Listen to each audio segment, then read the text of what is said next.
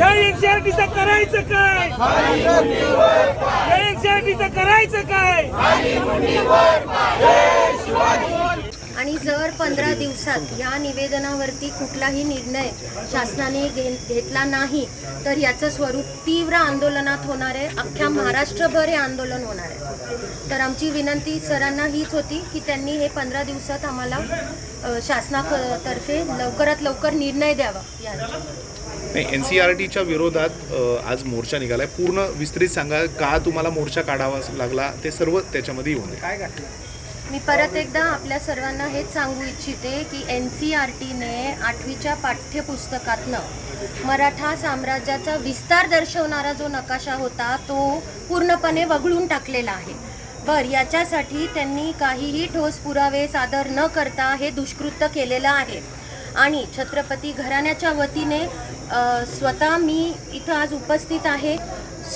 सर्व माझ्याबरोबरचे जे शिव शंभू भक्त आहेत त्यांच्या वतीने या निर्णयाचा तीव्रपणे आम्ही सर्वजण निषेध करत आहोत.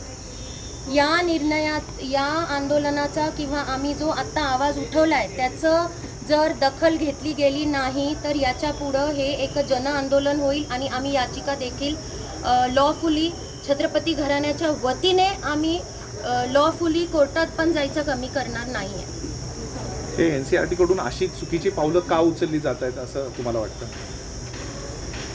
तीच गोष्ट स्पष्ट झालेली नाही आहे की ॲक्च्युली कशाच्या आधारावर त्यांनी हा मोठा निर्णय घेतलेला आहे.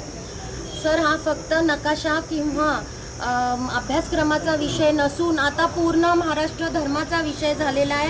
आपल्या अस्मितेचा विषय झाला आहे. छत्रपती शिवाजी महाराजांचा हा विषय झालेला आहे. आणि वारंवार आपण बघत आहात सर्वजण की छत्रपती शिवाजी महाराजांच्या इतिहासावर जो घाला घालायचं चाललंय हे आता बंद करावं.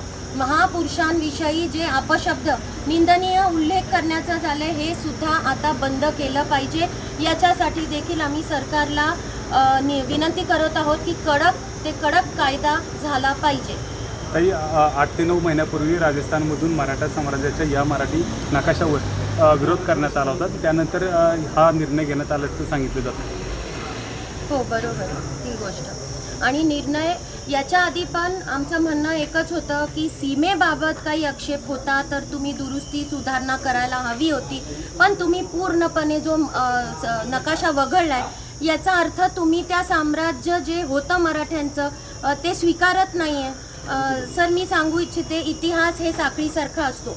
मुघल सत्ता, त्याच्यानंतर मराठा सत्ता, त्याच्यानंतर ब्रिटिश, त्याच्यामधली एक जरी कडी आपण काढली तर आज ज्या विद्यार्थ्यांचा भविष्याचा प्रश्न आहे, जे NCERT खाली 27,000 शाळा येतात, किमान आपण म्हणलं 40 विद्यार्थी जरी एका वर्गात असले तरी 11 लाख विद्यार्थ्यांचं तुम्ही सत्य इतिहास लपवत आहात आणि नुकसान करत आहात. याचं उत्तर त्यांनी स्पष्टीकरण करून द्यावं, जे की त्यांनी आजपर्यंत केलेलं नाही आहे. ज्या केंद्र सरकारकडे तुम्ही मागणी करताय ते केंद्र सरकारला शिक्षण राज्यमंत्री यांनी देखील या पत्राची भूमिका मांडली होती. मात्र यावर कुठला निर्णय झाला नाही. केंद्र सरकारही यामध्ये दखल घेत नाही. तर तुम्ही आता नेमकी मागणी कोणाकडे करणार आहे? कारण की तुम्ही आता जिल्हाधिकाऱ्यांना सांगितलं केंद्राकडे पाठवा, पण केंद्र सरकारलाच मागणी करत आहोत आणि आम्ही आता 15 दिवसाचा अल्टिमेट ऑलरेडी त्यांनी या पत्रावर कोणतीही दखल घेतली नाहीये. त्या दिवशी त्याच्यासाठीच 15 दिवसाचं अल्टिमेटम देणार.